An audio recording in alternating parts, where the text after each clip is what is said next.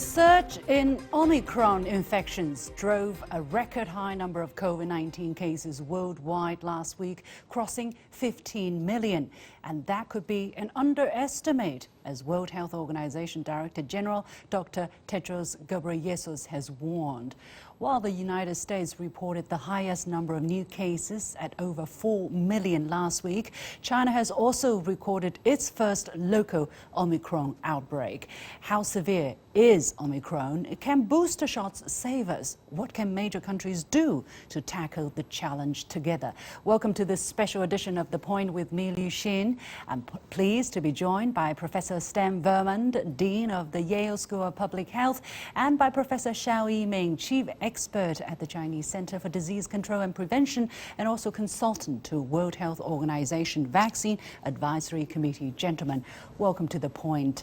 Let's first talk about the threat that Omicron poses. We understand that on January the 13th, 201 new cases in total were reported in China, including 143 locally transmitted cases. That brings the number of current infections in China to 3,431, and the total accumulated number since the very beginning of the pandemic to just over 104,000. The death toll in China has remained unchanged at 4,636. So, Professor Shao, let me go to you first.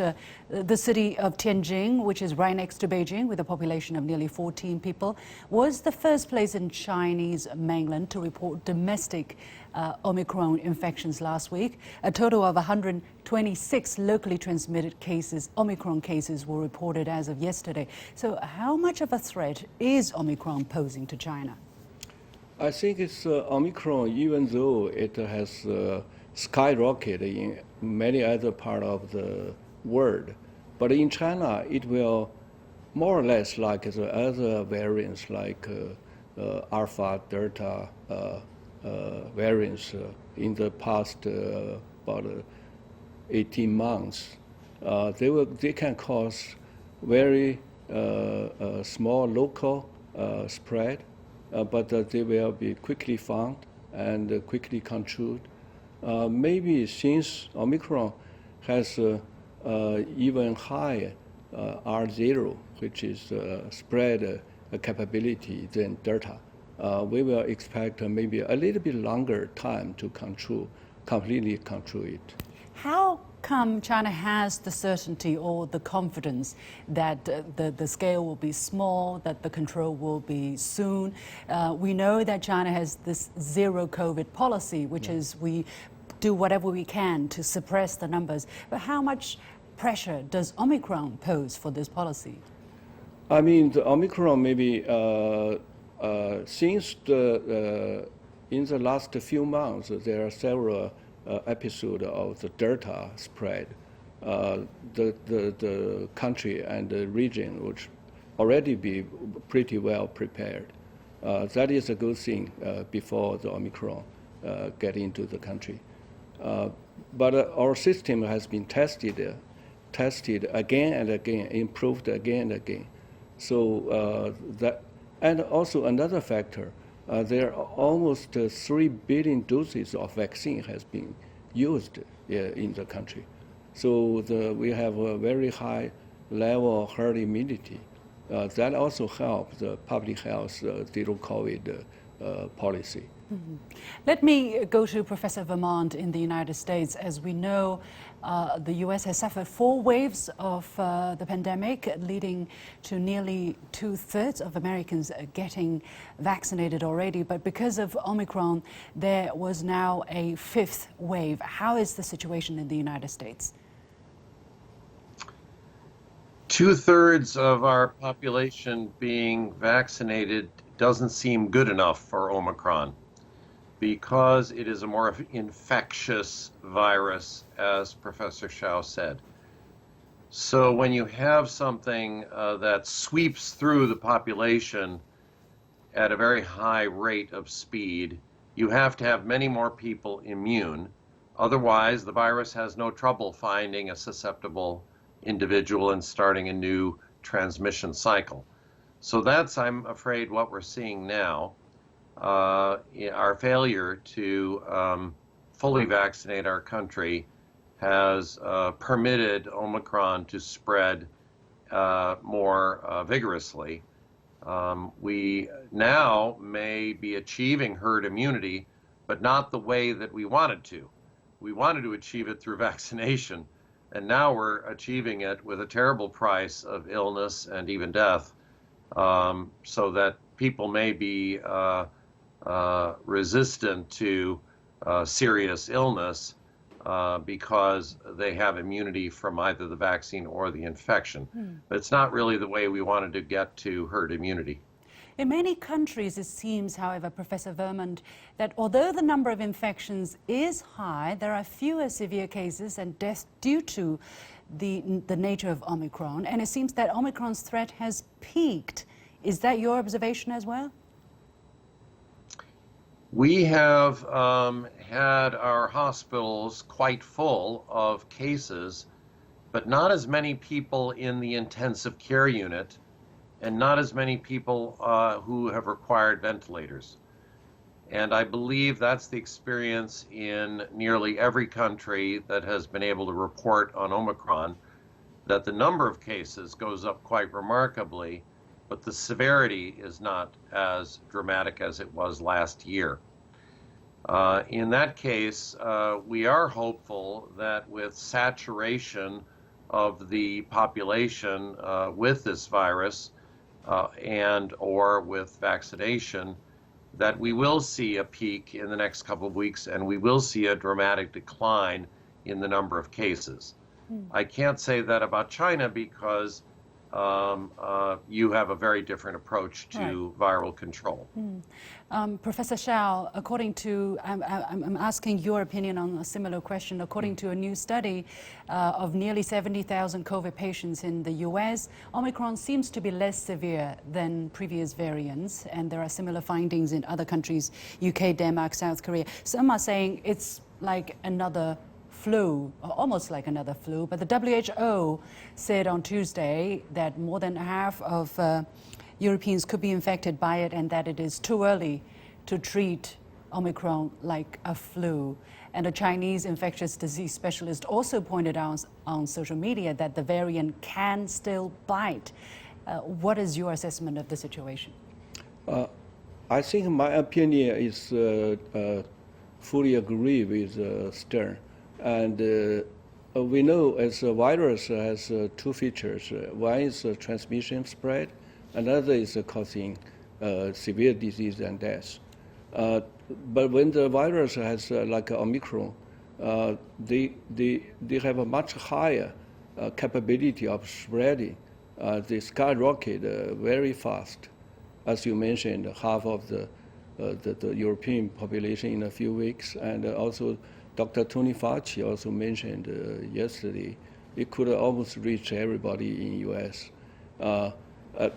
Even though it has been proved again and again, as you mentioned, the severity, disease, and death rates are low, but the overwhelming cases can wipe out the gain with the lower severity. So we have to really both control the spread and take care of the sick at the same time. A latest tweet by Microsoft co-founder and philanthropist Bill Gates seems to have found a silver lining in Omicron. It says that the good news is Omicron moves so quickly that once it is dominant in a country, the wave there should last less than 3 months. He then adds that those few months could be bad, but I still believe if we take the right steps, the pandemic can be over in 2022. Professor Vermund, a little bit of a technical issue here.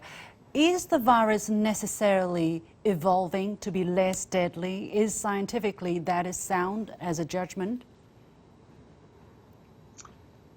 The RNA viruses mutate at very high rates. And as we're speaking today on The Point, there may be new variants that are emerging in infected people anywhere in the world. So it is much too early to say that the variant that's not quite as severe has now taken charge, because new variants may emerge. Keep in mind, too, that Omicron may surge and then it may decline.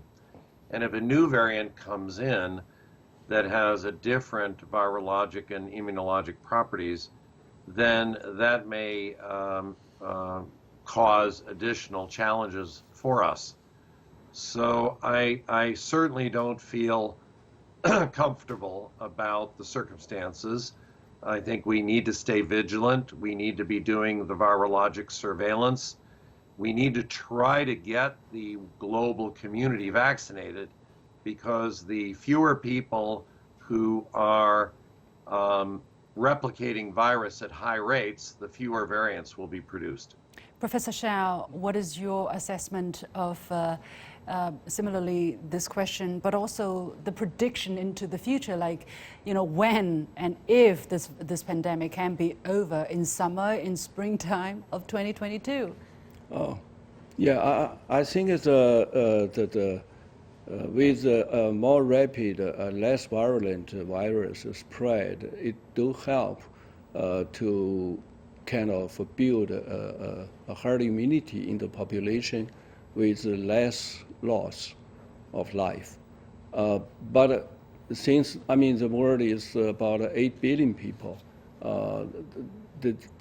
China is 1.4 billion. We really don't want to passively waiting for the virus spread to build the herd immunity. Our zero COVID strategy is more active one, which to use vaccination. And even though if the vaccine is not good enough, so we provide a boost jab and to improve the herd immunity in the large population. I think we have to really to put life first. Is there a timeline you can point to? You can put your finger on spring, summer, later 2022? I mean, science is purely based on data. It's not fortune teller, but we can learn from the history. Like about 100 years ago, the big flu, 1918. It takes about 3 years but I think at that time we really have to either public health, social distance, and quarantine. And the quarantine is it's a European word, so sometimes you find some people blaming like China or Asian countries to use too strict quarantine, but actually we learned from the Europeans in the history. Okay, yeah. We are going to take a very quick break, and we'll be back to talk about vaccines and quarantines maybe as well, and much more. Stay with us.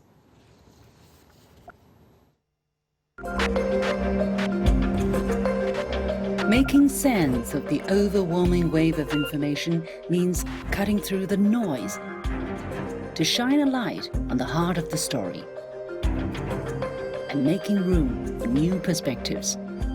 True understanding means the ability to see events from more than one side. I'm Liu Xin, and this is The Point. More than 1.2 billion Chinese have been fully vaccinated. That's about 86% of the population. And 330 million received booster shots. That's almost a quarter of the population. And there are very limited numbers of cases in China altogether. So, Professor Shao, how much do we know about the effectiveness of vaccines against Omicron? Why is China going all out to push for a higher rate of vaccination? I mean, because we don't want to wait for the virus spread to build the herd immunity, pay a heavy loss on life. So we use the vaccine actively to build the herd immunity with very little less. Like since last July, after the year before 2020 July, in the last 18 months, there's only 2 cases of death in China in more than 1.5 years. So that is why we use the zero COVID strategy, what we achieved. And Omicron, since it evades immunity much better than the other variants, the current vaccine is not good enough, as Stern mentioned. So that is why we need the boost jab and to improve the current immunity. And also China has also working on the new version of the vaccine against Omicron strain. That will be in February. That research work will be finished. I mentioned earlier, there's two technical platforms can changing according to the viral variants fast. One is the China's inactivated vaccine. The other is the U.S. The mRNA vaccine. Both are very good platform to cope with the variants of the virus. Professor Vermund, what is your assessment of the effectiveness? Because there has always been doubts and about the potential benefit and the potential risks of these vaccines. Plus, new variants keep coming up. How effective are the vaccines, and why, despite the risks or the potential side effects, people should get them? The good news is that we now have probably over 5 billion or 6 billion doses of vaccine given worldwide, and the safety profile is extraordinarily good. So that's very happy news. Also, the effectiveness of the vaccine is good if you can get boosted.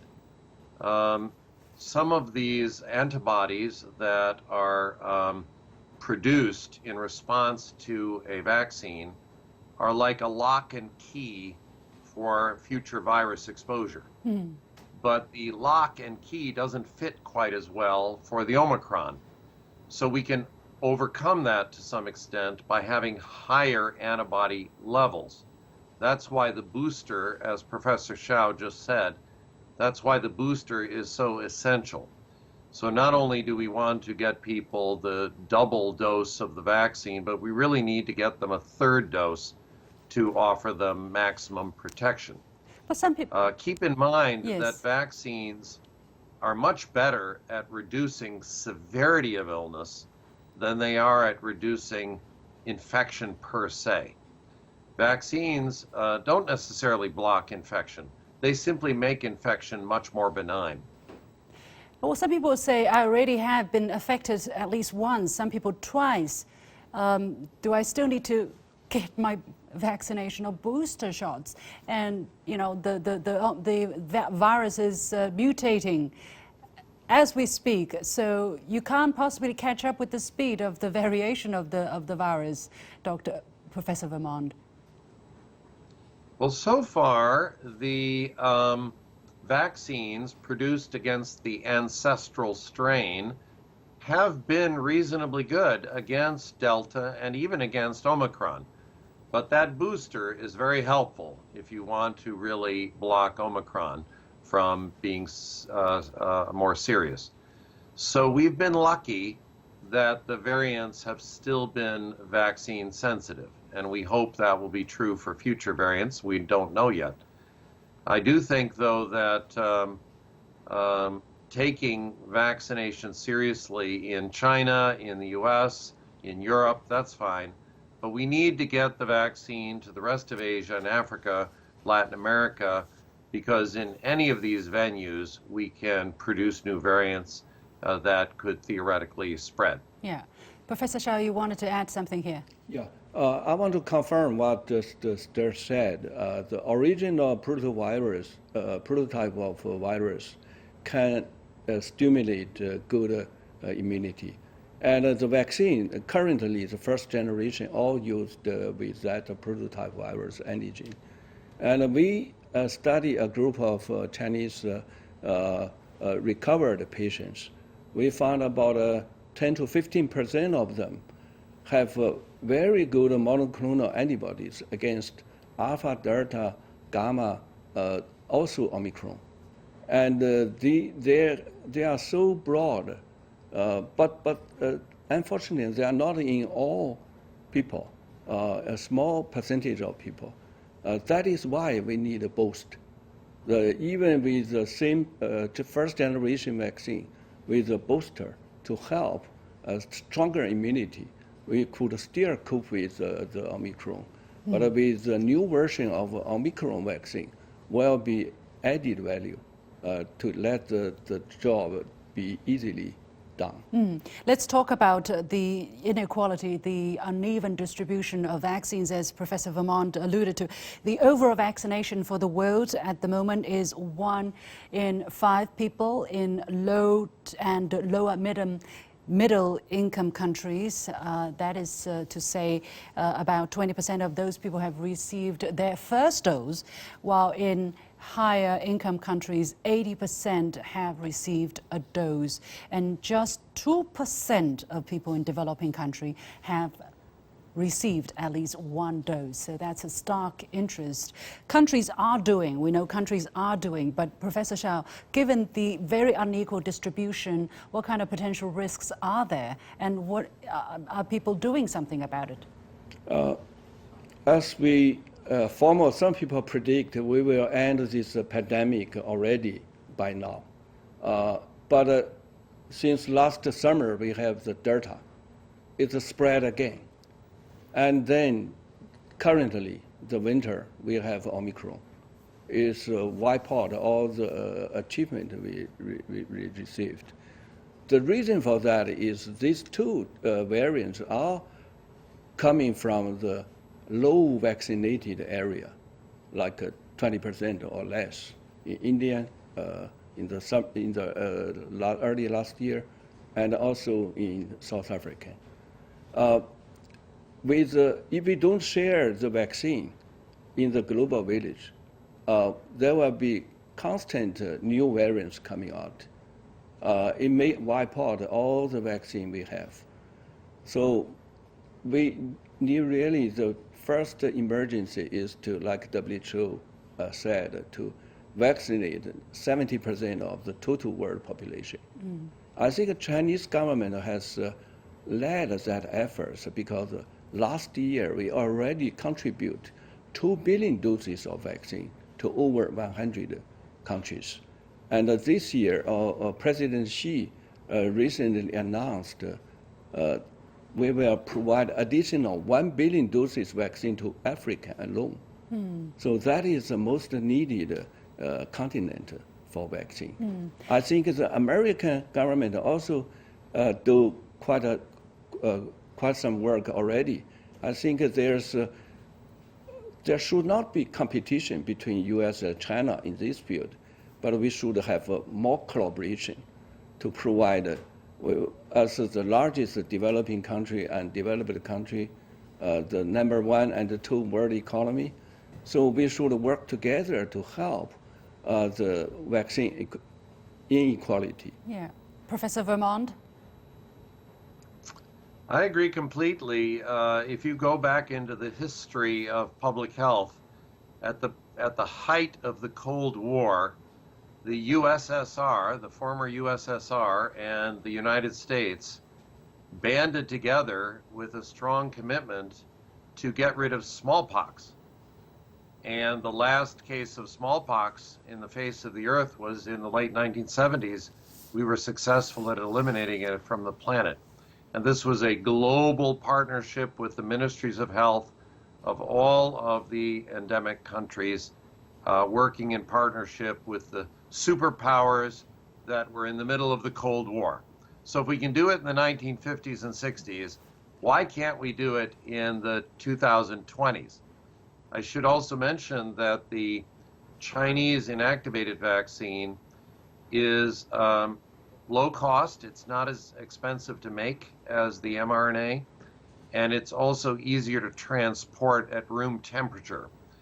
However, the mRNA has other very favorable properties, and we've done a study recently that took a look at 2 doses of the Chinese inactivated vaccine boosted with 1 dose of the American mRNA, and we found very favorable antibody levels in individuals. So then the notion is you could collaborate between China and the U.S., use the lower cost, easier to transport and administer inactivated vaccine for 2 doses, and perhaps boost with an mRNA and have highly favorable results. It's just an idea, but it's one that I think we could examine and pursue in a new grand alliance between 2 of the most influential nations of the world. It's really interesting to hear that, and it's encouraging as well. But Professor Shao, are we just, dreaming about that prospect, or is it actually possible, despite the kind of political tensions there? I think what Sten mentioned is already some scientists and the countries are doing the experiment at the moment. As we were in the same SAB, we are discussing helping like Chile and the Dominican Republic and some country scientists to discuss how to combine different vaccine for sequential immunization. And so that is, this is not only can help the whole world get vaccinated, but also even in countries that already have a lot of vaccine, but different patients have different medical conditions. They maybe can fit to one type of vaccine, but not the other. So that is in China, as Sten mentioned, we can use mRNA as a boost, and also as a booster. Yeah, Dr. Vermund is doing another study protocol to use like the old with the medical conditions. Maybe they cannot tolerate a 3rd dose or even 4th dose mRNA. They can use China inactivated vaccine as a boost. So this work is ongoing. Good. We hope this kind of work will continue. Finally, Professor Shao, a personal question. Should I cancel travel for the winter holidays that's to come for my kid? No, not necessary. Not necessary? Yeah, because the whole country, we have been very good public health measures, early testing, and good vaccination level, and 3rd dose of boost are ongoing. We just pay attention to the local, the risk warning signal, and to cope with stronger public health measures, you can still travel. Okay, that's good to hear. Many thanks to my guest, Professor Shao Yiming from the Chinese Center for Disease Control and Prevention, and Professor Sten Vermund, Dean of the Yale School of Public Health. And with that, we come to the end of this special edition of The Point with me, Liu Xin. As always, you can follow me on Facebook and Twitter using the handle Liu Xin in Beijing. Thanks for watching. You've got The Point.